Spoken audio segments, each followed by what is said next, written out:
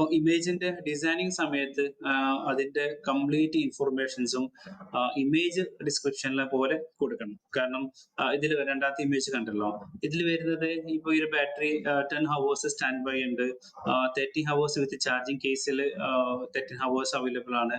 അതുപോലെ water resistance ഉണ്ട്, അതുപോലെ AI എൻഹാൻസ്ഡ് കോളിംഗ് സിസ്റ്റം ഉണ്ട്, സ്ട്രോങ് ബാസ് ആണ്, അതുപോലെ പേഴ്സണലൈസ്ഡ് എക്സ്പീരിയൻസ് വിത്ത് ആപ്പ് എല്ലാം ഇതിനകത്ത് സ്പെഷ്യലായിട്ട് എടുത്തിട്ടുണ്ട്.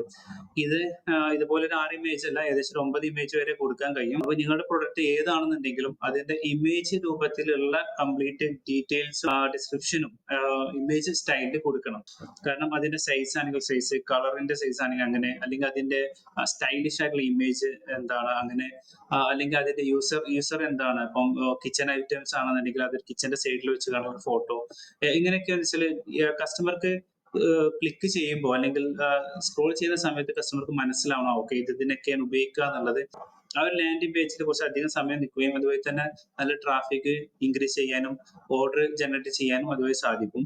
അപ്പൊ ഇമേജിന്റെ കാര്യത്തിൽ ഒരു കോംപ്രമൈസും ചെയ്യരുത്. അത് ഹൈ ക്വാളിറ്റി ആയിട്ടുള്ള ഇമേജസും ഹൈ ഗ്രാഫിക്സ് ലെവലിലുള്ള ഇമേജസും കൊടുക്കാൻ വേണ്ടി പ്രത്യേകം ശ്രദ്ധിക്കണം.